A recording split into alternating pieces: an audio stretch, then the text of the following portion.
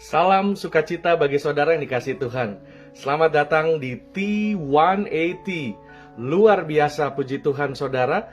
Pada hari ini kita akan kembali melanjutkan perenungan dan pembelajaran kita mengenai arti ibadah. Saudara, saya mau ajak saudara bersama membuka di dalam kitab Kolose. Kolose pasal yang kedua. Kolose pasal yang kedua, ayat yang ke-6 dan yang ke-7. Demikian bunyi firman Tuhan. Kamu telah menerima Kristus Yesus Tuhan kita, karena itu hendaklah hidupmu tetap di dalam Dia. Sekali lagi, kamu telah menerima Kristus Yesus Tuhan kita, karena itu hendaklah hidupmu tetap di dalam Dia. Ayat yang ke-7. Hendaklah kamu berakar di dalam Dia dan dibangun di atas Dia, dan hendaklah kamu bertambah teguh dalam iman yang telah diajarkan kepadamu, dan hendaklah hatimu melimpah dengan syukur. Saudara, luar biasa surat Rasul Paulus kepada jemaat di Kolose ini mengingatkan kita semua. Saudara yang dikasihi Tuhan, kita harus sadar bahwa menerima Yesus Kristus sebagai Tuhan dan Juru Selamat bukan merupakan langkah terakhir. Sekali lagi, menerima Yesus Kristus sebagai Tuhan dan Juru Selamat bukanlah merupakan langkah terakhir, bukanlah merupakan bagian yang paling tinggi dalam perjalanan hidup kita sebagai orang percaya. Menerima Yesus Kristus sebagai Tuhan bukanlah akhir dari perjalanan hidup sebagai orang percaya. Menerima Yesus Kristus bukanlah yang paling final, yang paling tinggi di dalam perjalanan hidup kita sebagai orang percaya. Karena itu, Rasul Paulus mengingatkan kita semua bahwa kamu yang telah menerima Kristus Yesus Tuhan kita, karena itu hendaklah hidupmu tetap di dalam Dia. Saudara, hari ini kita belajar kata ibadah. Yang pertama adalah kita harus hidup di dalam Tuhan senantiasa. Jadi ibadah adalah hidup yang senantiasa berada di dalam Tuhan.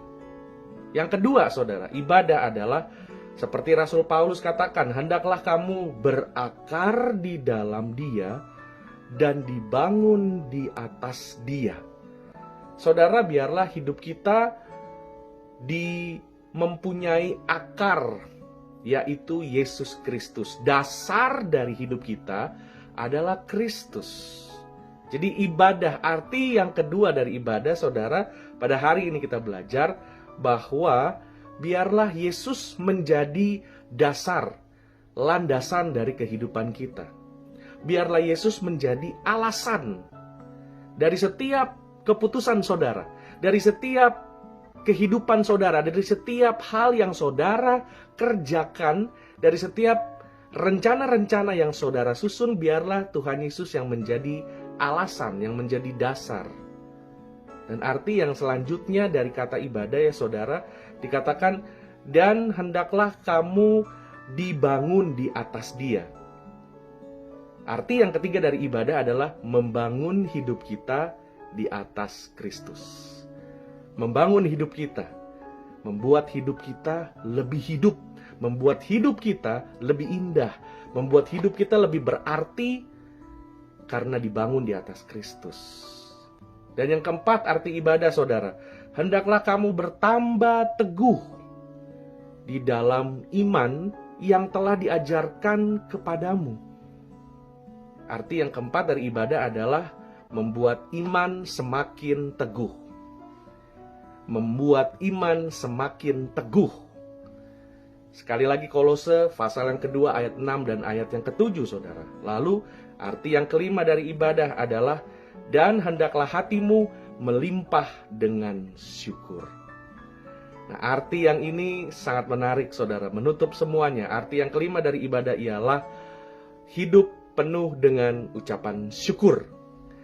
Menjadi manusia atau menjadi orang yang tahu mengucap syukur, yang tahu menghargai kebaikan orang lain, yang sensitif, yang peka melihat kebaikan orang lain, yang cepat sekali menyebutkan kata thank you, terima kasih, yang tahu berterima kasih, yang tahu menghargai orang lain. Kalau orang yang kita lihat kita mampu menghargai dan berterima kasih, mudah bagi kita untuk selalu mengucap syukur kepada Tuhan. Mari menjadi manusia yang mudah untuk mengucap syukur. Di dalam segala kesulitan hidup kita hari-hari ini saudara, tentunya kita masih tetap punya banyak alasan untuk masih tetap bisa mengucap syukur. Kita mengucap syukur hari ini atas nafas hidup, kekuatan, kesehatan yang Tuhan berikan. Walaupun ada mungkin saudara-saudara kami di luar sana yang sedang bergumul dengan sakit, kita tetap mengucap syukur karena di dalam penderitaan yang kita alami, Tuhan masih memberikan kita kemampuan, the ability to endurance, kemampuan untuk terus bertahan. Dan terima kasih, Tuhan juga sudah memberikan kita komunitas orang-orang yang percaya kepada Tuhan, orang-orang yang baik, yang akan membuat kita menjadi manusia-manusia seperti kehendak Tuhan. Inilah yang patut kita syukuri saudara. Jadi hari ini kita belajar kebenaran dari kata ibadah. Dikatakan di situ adalah biarlah hidup kita, arti yang pertama, tetap di dalam Dia. Ibadah arti yang pertama adalah hidup yang senantiasa ada di dalam Tuhan.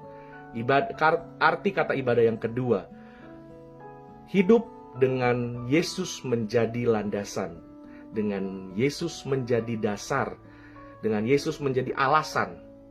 Arti kata ibadah yang kedua. Arti kata ibadah yang ketiga saudara, hidup yang dibangun di atas Kristus. Mari kita bangun hidup kita di atas Kristus, di atas firman Allah yang hidup saudara. Yang keempat saudara, dikatakan bahwa biarlah kita iman yang bertambah teguh di dalam iman. Arti yang keempat, bertambah teguh di dalam iman. Arti kata ibadah dan yang terakhir, senantiasa hidup yang selalu mengucap syukur. Arti kata yang kelima.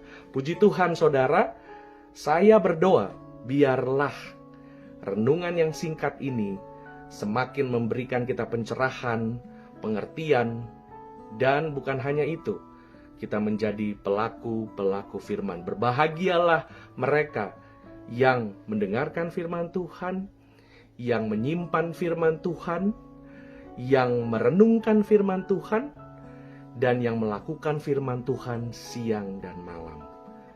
Terpujilah nama Tuhan kekal sampai selama-lamanya. Tuhan Yesus memberkati. Haleluya.